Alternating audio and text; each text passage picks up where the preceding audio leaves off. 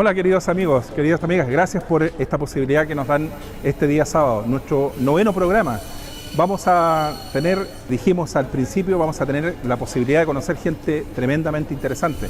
Ya hemos tenido 2 visitas que nos han entregado todo su saber hacer, todo su conocimiento, y se cumple el objetivo de Chamberí, tu punto de encuentro. ¿Por qué? Porque es entregar información, es comunicar. La forma más fácil de establecer ese vínculo entre vosotros como ciudadanos activos y con ganas de hacer cosas, que ya sabéis, estáis cordialmente invitados para que cada uno de vosotros que sois protagonistas, artistas, pintores, estáis invitados a este programa para que Chamberí, tu punto de encuentro, sea la posibilidad también de dar a conocer cada uno de sus respectivas experiencias. Y vamos a continuar con nuestros invitados especiales. Vamos a invitar un gran invitado, que es un especialista. Es un doctor, un médico, que ha sido capaz de liderar, no solo en España, sino en el mundo, una iniciativa que es el COVID de permanencia. Vamos a saber cada uno de los detalles que él sabe, y lo sabe explicar muy bien, para que nos dé a conocer todo el acontecer de lo que hemos estado viviendo en estos últimos, yo diría, casi 3 años ya. Así que le vamos a dar la entrada a nuestro querido amigo y ya integrante de esta gran familia que estamos construyendo aquí en Chamberí, a nuestro querido amigo Francisco Mena Cordero. ¿Cómo estás, Francisco? Muchísimas gracias por invitarme. Un tremendo honor.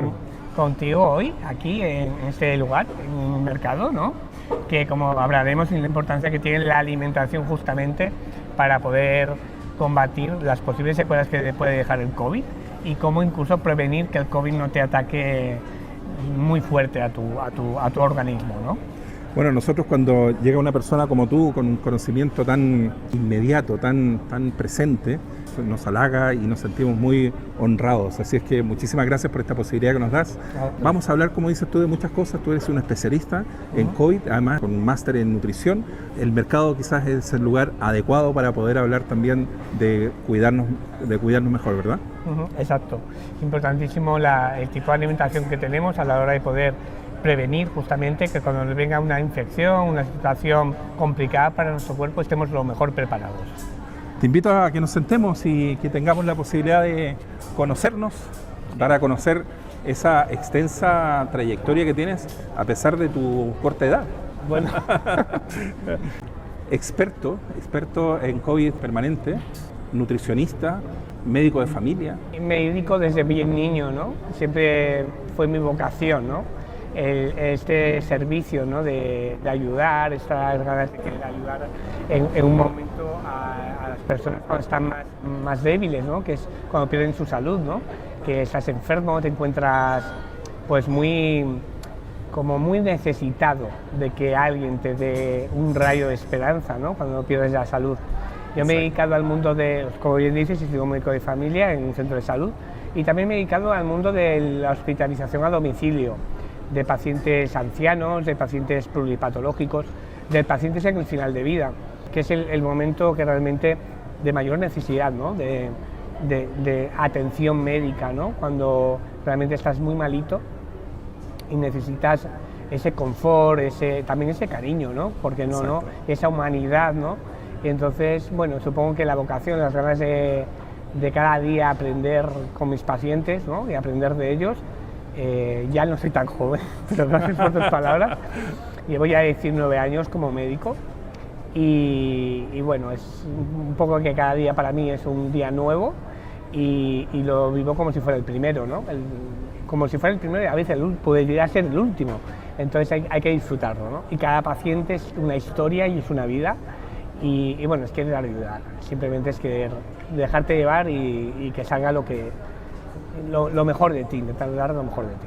A mí me ha llamado poderosamente la atención la posibilidad de conversar previa a esta conversación y darme cuenta de la pasión que tienes por la medicina y sobre todo porque eres capaz de hacer una medicina diferente, al alcance de todos. Eres muy didáctico, es muy fácil conversar contigo de medicina, cosa que no todo el público está en condiciones de entender todo, pero tú lo haces muy fácil.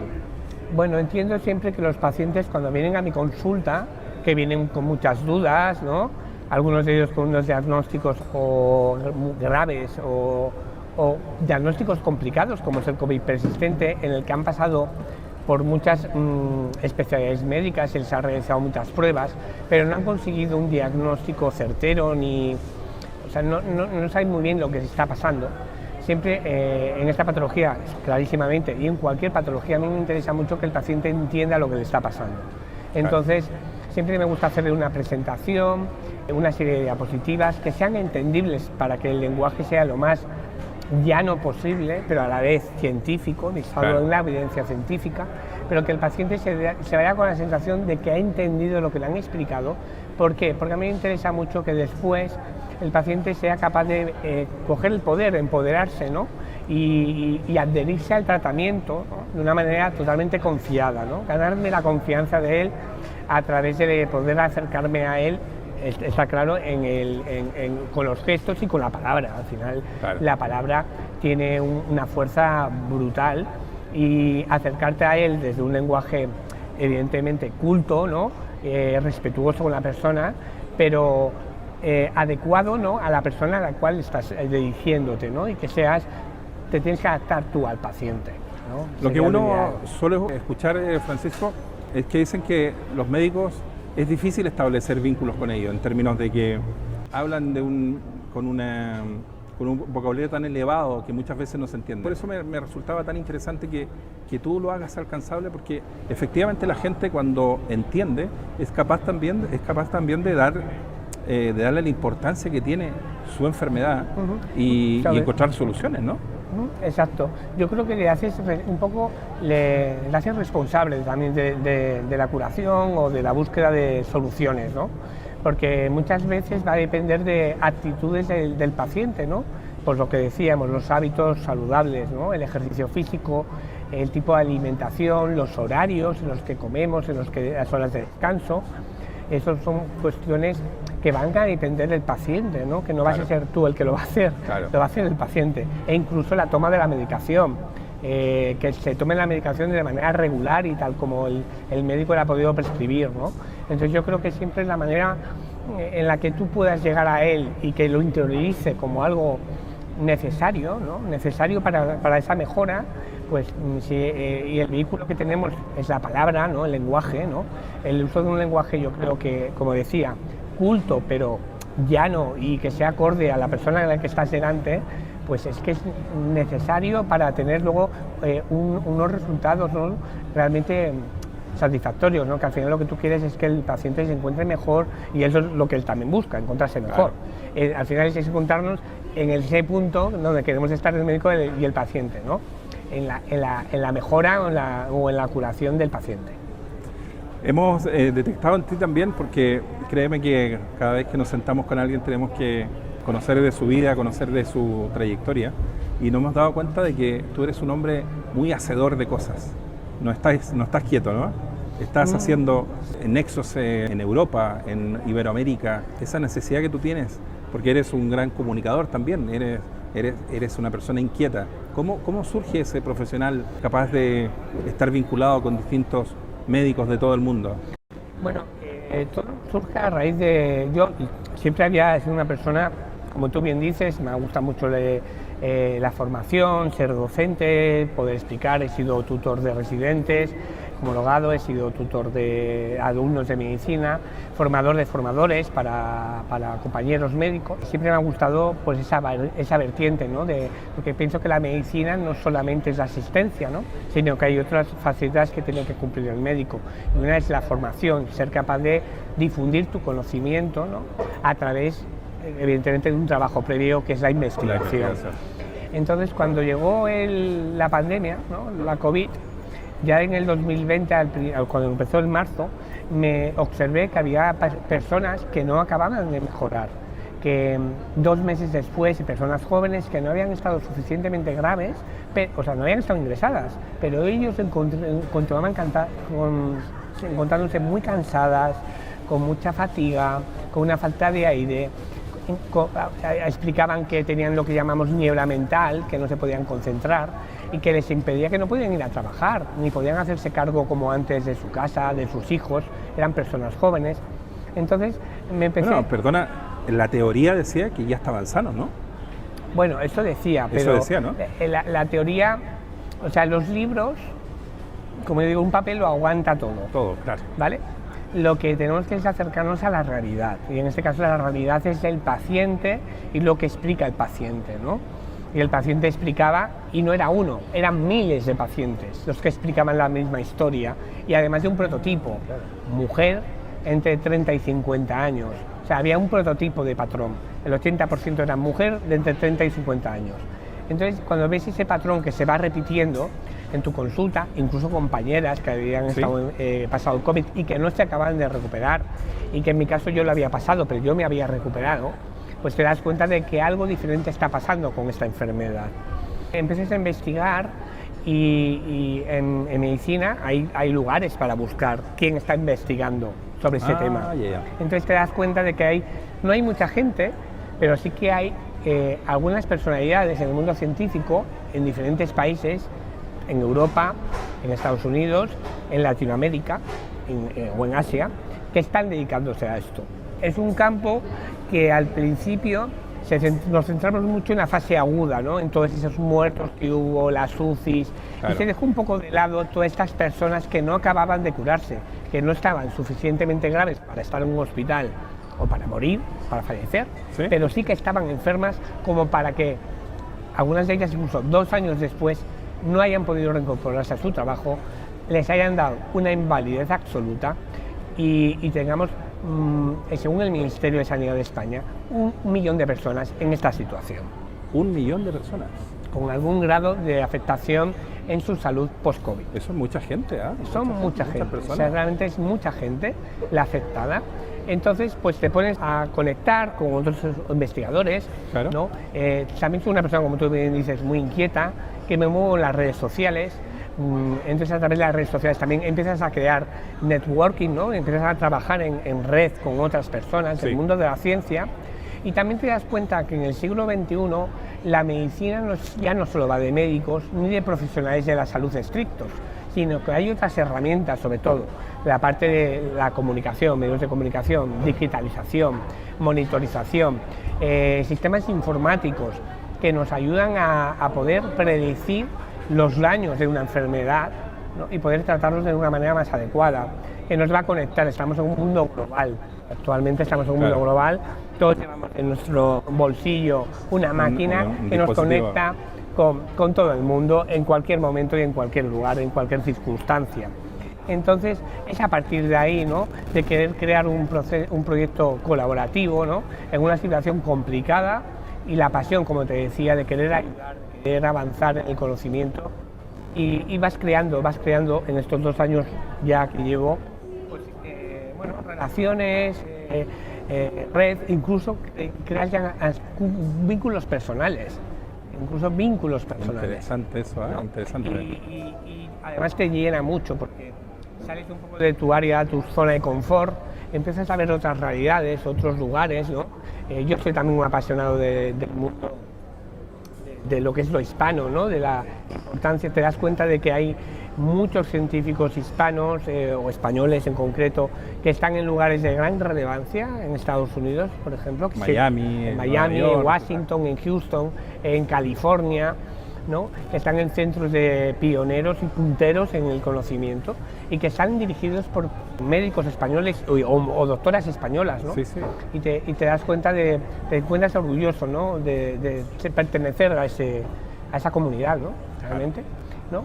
Y poder colaborar, pues eso, con grandes centros de investigación, ¿no?, con profesores asociados a Stanford, a Washington, ¿no?, a Boston, aquí en Europa también, el Hospital de Berlín, tener relación con centros de Reino Unido. O sea, te das cuenta de que se amplía un espectro importantísimo. Y vas viendo además que puedes usar herramientas que van más allá de la siempre sin perder, ¿no?, la perspectiva de que esto es una ciencia humana, que tratas personas humanas que tienen, evidentemente, tienen músculos, tienen pulmones, tienen riñones, pero son personas, ¿no? Ante todo son personas, y has de tratarlos con el máximo respeto. Y es necesaria esa comunicación, ese vis a vis, ¿no?, con el Exacto. paciente, ¿no?, evidentemente, pero que además a día de hoy tenemos herramientas que nos ayudan, tecnológicas, que nos ayudan a avanzar y a ayudar en el conocimiento de una manera más rápida y más precisa. Francisco, me provoca cierta inquietud.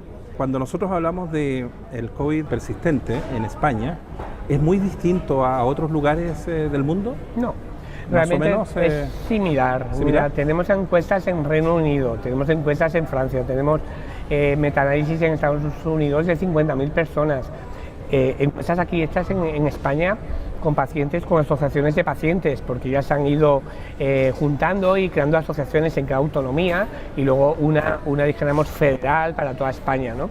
Y ves que los patrones son muy similares, o sea, son prácticamente idénticos. Hay patrones que se repiten, por eso al ver que había un patrón que era muy similar, que en diferentes regiones del mundo, de diferentes latitudes, diferentes continentes, explicaban el mismo tipo de patrón, estabas dando cuenta. Seguramente puede haber ciertos matices en la cuestión del sexo, existe alguna diferencia, también a veces en la raza también puede haber alguna cierta diferencia, como en otras patologías, no es nada claro. ¿Sabes?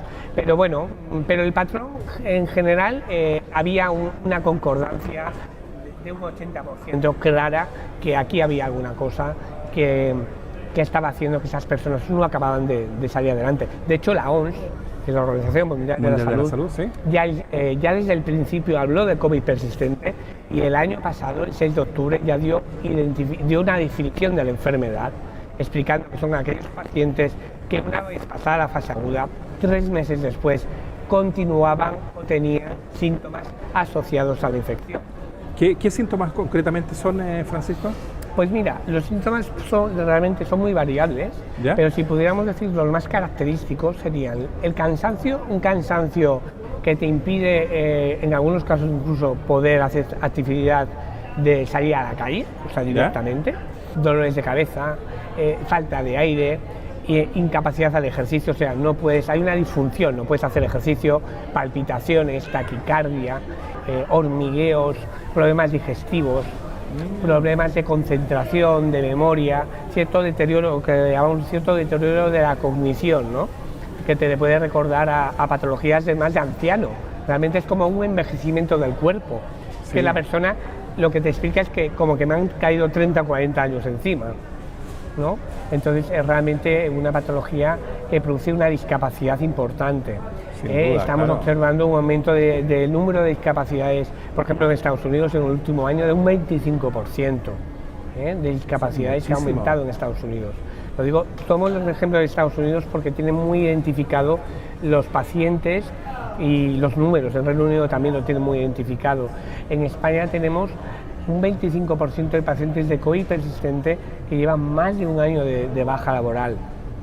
Ayer salían datos del Reino Unido, por ejemplo, que hablaban de casi de 400.000 personas que llevan 2 años enfermos, más de 1 millón, un año enfermo de long COVID, y en este año más de 500.000 de este solo año que tendrían con COVID. Gente. ¿Esto será, según los estudios que estáis reflejando, será invalidante en el tiempo? Claro, hay gente, como te expliqué, que a día de hoy con 35 o 36 años les han dado invalideces absolutas, porque son incapaces de volver a incorporarse a su vida laboral. ¿Qué importancia y qué relación podemos señalar en cuanto a lo que es netamente físico y lo que es lo psicológico? Porque yo creo que cuando recogemos información...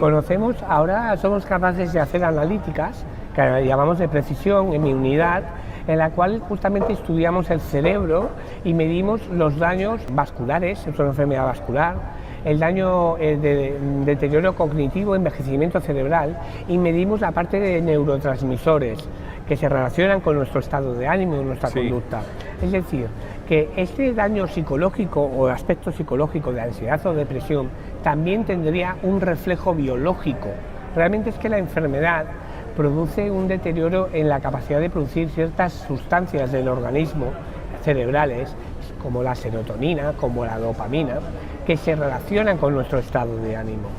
Entonces no podremos llegar a la conclusión de que sea una patología de la esfera psicológica, sino que puede haber síntomas de esfera neuropsicológicos, pero de base biológica, orgánica. Que es la consecuencia de... Consecuencia. Claro. Tú señalabas también algo importante que es mayoritariamente mujeres. ¿Cuál es la diferencia? ¿Eso se establece? ¿Por qué la diferencia, más mujeres que hombres? ¿Por qué? Exacto. Aún no se conoce exactamente la causa, pero sí que sabemos que en el COVID persistente hay una parte que es la respuesta de la inmunidad. Una respuesta inmunitaria que es exagerada, es como si fuera produce enfermedad autoinmune, ¿no? Una respuesta contra sí mismo, anticuerpos que van contra ti. Las enfermedades autoinmunes siempre todas son mucho más frecuentes en mujeres que en hombres, siempre. Hay un componente hormonal, estrogénico, el tipo de metabolismo de las mujeres, el tipo también dijéramos, hay ciertas diferencias a nivel físico, fisiológicas, que nos hacen diferentes el hombre a la mujer. Por ejemplo, el paciente hombre, también es masculino, ha sufrido también mayor mortalidad que la mujer, porque el componente vascular está más afectado en general en el hombre que en la mujer. La mujer en edad joven cuando es fértil, tiene unos estrógenos que le ayudan a nivel vascular a que cuando hay un daño, y esto hemos dicho que hay un daño vascular, el daño sea un poco menor que en el hombre, por así decirlo, en esa franja de edad, ¿no? Dijéramos. Entonces también podría ser una de las causas, ¿no? La protección estrogénica hace que no vayan a fallecer estas pacientes, que no se pongan excesivamente graves, pero sí que permanezcan con esos síntomas latentes. Yo entiendo que eso, todo lo que estáis haciendo dará para mucho y será estipulado en un largo plazo, diría yo, ¿no? Todos los estudios que se están haciendo. Claro, es lo que te explicaba. A día de hoy, como hacemos analíticas de precisión y utilizamos inteligencia artificial, programas informáticos que te generan algoritmos de tratamiento, realmente lo que antes tardaríamos años, ahora en horas o en pocos días eres capaz de dar resultados. Entonces, la capacidad de producir conocimiento científico es muy rápido, O sea, no es necesario tampoco muchos años, ni mucho menos, para poder llegar a conclusiones, ¿de acuerdo? Y también nos va a ayudar a conocer y a explicar otras enfermedades que son muy parecidas y semejantes al long COVID, como pudieran ser síndromes postvirales, que ya existían previamente, encefalomielitis miálgicas, síndromes de fatiga crónica que no eran explicados y que podremos ayudar a ese tipo de enfermedades, así como enfermedades del tipo, como explicaba, enfermedades autoinmunes, que también se relacionan con virus, muchas de ellas. Entonces nos va a ayudar a poder dar también patrones para otras enfermedades, para otros enfermos, líneas de investigación. Cuando percibimos todo ese quehacer que estáis haciendo, podríamos pensar que se está también trabajando en lo que va a ser la medicina que va a curar eso, o es que me quiero adelantar. Vamos a mejorar, vamos a ir hacia una medicina que ahora vamos hacia la medicina más allá de la curación. O sea, queremos que el paciente se encuentre mejor que antes que la enfermedad incluso, para que cuando vuelva a ocurrir una cuestión de estas no caiga ahí, porque la base es tu organismo. O sea, esta dicotomía que ha habido de pacientes que realmente lo han pasado asintomáticos, otros han fallecido y otros han sido persistentes, hay una base que depende de cada organismo. Y entonces lo que vamos a hacer es un tipo de medicina en el que vamos a decir al paciente qué tiene que hacer para no volver a caer ahí. Toda esa canalización de información la vais a registrar, la vais a entregar. Tenemos plataformas, evidentemente con una seguridad de los datos anónimos, ¿no? Y una seguridad, lo que se llama el blockchain, ¿no? Que hay una seguridad de los datos porque son datos evidentemente confidenciales que solo son del paciente, no pertenece más que al paciente, y que se guardan en ese lugar para ser analizados, pero de una manera segura. Eso es lo que luego nos genera las respuestas de una manera mucho más rápida que hacerlo de una manera mucho más tradicional, que es el palito a palito, dijéramos, ¿no? Claro. La medicina, en este caso los hospitales, los médicos de familia, están atrayendo también a sus pacientes que tengan el COVID persistente para incluirlos dentro de estos estudios, ¿no? ¿Se está haciendo? Sí, nosotros estamos haciendo, evidentemente, siempre que haces un estudio clínico, lo primero tienes que pasar un comité de ética, ¿no? De un hospital, ¿no? O de un instituto de investigación, porque lo más importante es que cumpla los criterios éticos, ¿no? Y la legislación, que existen una serie de criterios de legislación, tanto europea como española, ¿no? Y a partir de ahí pues puedes llamar a pacientes que intervengan, voluntarios, ¿no? Que quieran participar en procesos de investigación. Siempre es verdad que necesitaríamos mayores ayudas, ¿no? Porque la investigación, claro, yo lo entiendo como una inversión, no es un gasto para mí. Claro. Tendríamos que, pues ahora mismo que tenemos tantos miles y millones de pacientes afectados, unir la investigación con la asistencia y a la vez que vas tratando a los pacientes, realizar con estos mismos pacientes, con estas herramientas nuevas, los estudios de investigación. ¿Y esto es la administración, el mundo privado también? Claro, en el mundo privado tenemos esa posibilidad, los medios a día de hoy tenemos el alcance de esos medios para poder hacerlo. En la medicina pública a día de hoy hay medios de los cuales no disponen. Por ejemplo, la importancia del estudio de la microbiota intestinal. Nuestro microbioma intestinal es fundamental, ya cada vez se va conociendo más de él, en el devenir de muchas enfermedades, entre ellas el COVID persistente. El estudio de microbiota intestinal a día de hoy no está financiado por la cartera de servicios del Sistema Público de Salud, no está financiado, con lo cual es una herramienta importantísima,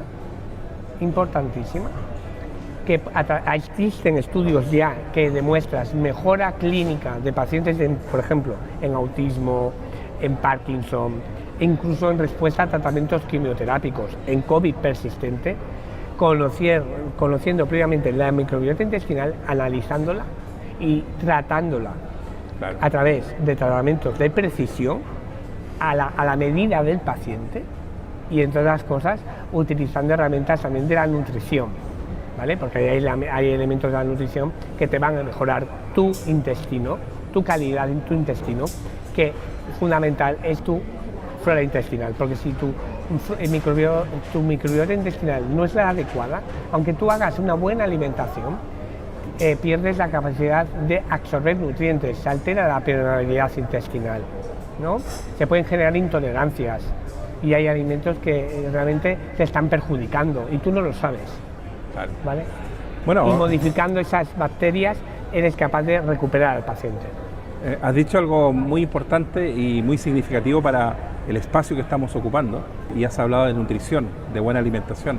Estamos en un mercado de Chamberí, donde encontramos un sinfín de productos, y me gustaría entender cuál es la mejor alimentación para que podamos dejar como mensaje, porque también te quiero decir que nos encantaría seguir conversando contigo. Vale, te cojo el guante y será un placer venir. Evidentemente la mejor alimentación, que hay diferentes tipos de dietas, ¿no? También depende del tipo de paciente, ¿no? No es un paciente diabético, con un paciente con insuficiencia cardíaca, depende de las patologías. Si hablamos de un paciente sano, hablamos del paciente sano que no tiene patologías conocidas y que tiene que hacer una dieta saludable, es evidentemente lo que hablamos siempre, ¿no? Todo lo que sea, como decía, hay un cocinero famoso que lo dijo muy bien. Yo cuando voy al mercado o cuando voy al supermercado, mi cesta siempre está lleno de productos sin código de barras. El producto fresco. Estamos en el templo de la buena alimentación. El producto fresco, de proximidad, ¿no? Puedes tocar que lo puedes tocar, que es fresco, el no procesado, ¿vale? Con eso ya estamos ganando muchísimo, claro. Pero muchísimo, porque tú estás sabiendo qué estás comiendo, al menos estás viendo lo que estás comiendo. Lo otro ya viene preparado, tú no sabes lo que hay ahí. Claro. Habrá de todo. Tenemos que tirar el producto fresco, tenemos que tirar evidentemente de fruta, de mucho pescado, fruta porque es antioxidante, nos rejuvenece. Nos tenemos que tirar del pescado azul, ¿Por qué? Porque tiene mucha cantidad de omega 3 que va a mejorar nuestras sinapsis neuronales, nos va a proteger nuestro envejecimiento neuronal, por ejemplo. Tenemos que tirar, evidentemente, de una muy buena hidratación, pero también tenemos que tirar no solo de lo que comemos, sino cuándo lo comemos. Cuándo lo comemos, claro. Porque el comer a deshoras, el comer demasiado tarde, las cenas demasiado tarde, las cenas demasiado copiosas, también pueden inducir pues una mala salud, ¿no? Al final una mala salud. El comer, picotear. O sea, ¿sabes? Es mejor hacer 2 buenas comidas que no 5 malas comidas. Muy buen consejo, muy buen consejo. Ciertos momentos de cierto ayuno, ¿no? Ciertas horas de descanso que el cuerpo necesita para descansar. Eso es importante. Te acabo de hacer entre líneas, porque me parece muy interesante todo lo que nos estás diciendo. Tú sabes que el gran detractor que nosotros tenemos siempre es el tiempo. Nuestro aliado también, y me gustaría hacerte la invitación desde aquí en cámara para que la gente que nos está viendo también vea que todo es verdad, que nada está acordado desde antes. Tú te estás sorprendiendo porque te quiero invitar para otro momento, para que sigamos conversando y hablando de esto, porque yo creo que es muy útil para los ciudadanos. Y el objetivo de Chamberí, tu punto de encuentro, es eso, dar información útil, de primera mano, por los expertos. Tú eres uno de ellos. Para nosotros, el contar contigo el día de hoy ha sido todo un privilegio. Yo les agradezco, la verdad, que la invitación, porque es un placer estar aquí. Además hemos tenido 2 compañeras, unos compañeros muy interesantes. Un restaurante, ¿no?, que utilizaba la música, por ejemplo, ¿no?, que unía dos placeres, ¿no?, como es la alimentación y la música, ¿no? Como bien me decía fuera de cámara, la compañera me decía, es que tratamos el alma, y es verdad. O sea, un médico que se precie, lo primero que debe de tratar es el alma de su paciente, está claro. Y una de las maneras, evidentemente, es a través de la alimentación y de la música. Yo les invito el lunes que iniciamos un canal en la plataforma Medicina TV de canal COVID persistente, en el cual y de síndromes postvirales, en el que justamente ahí vamos a hablar. Primero vamos a poner a pacientes que nos explican sus testimonios, y a partir de ahí vamos a hacer programas justamente con expertos en nutrición, expertos en rehabilitación y expertos en musicoterapia, por ejemplo, que se utiliza para patologías, así como profesionales del mundo culinario, porque también es importante no solo qué comemos, sino cómo lo cocinamos. Bueno, es una gran invitación, la vamos a rotular. Si nos repites, por favor. Medicina TV, el canal COVID persistente, Dr. Francisco Mera. Genial, una tremenda invitación. Creo que todo lo que nos has podido compartir resulta ser de muchísimo interés para la gente, y me gustaría que este hasta luego que estamos haciendo ahora sea la oportunidad también de que hayan más oportunidades para seguir contando con tu invitación. Será un maravilloso placer poder seguir colaborando contigo y con ustedes. Vale, a ver si mis compañeros me permiten y me puedo levantar para que me pueda dar una estrechez de mano. Sí, y tanto. Un placer. Bueno, un placer tremendo de tenerte. Nos sentimos halagados siempre que gente tan importante como tú visite nuestro programa, nuestro espacio, Chamberí, tu punto de encuentro, a través de Chamberí Televisión. Así que muchísimas gracias por esta oportunidad. Muchísimas gracias a ti, de verdad. Aquí nos despedimos. Chao. Adiós. Chao.